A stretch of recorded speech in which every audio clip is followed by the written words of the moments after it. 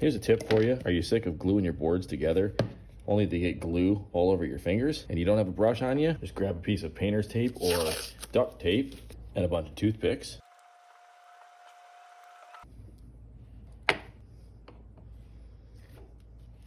And spread it evenly. No mess on your fingers. Got a stripped screw and you can't drill it out? Try 2 or 3 layers of electrical tape or duct tape and you'll get the traction to back that screw right out.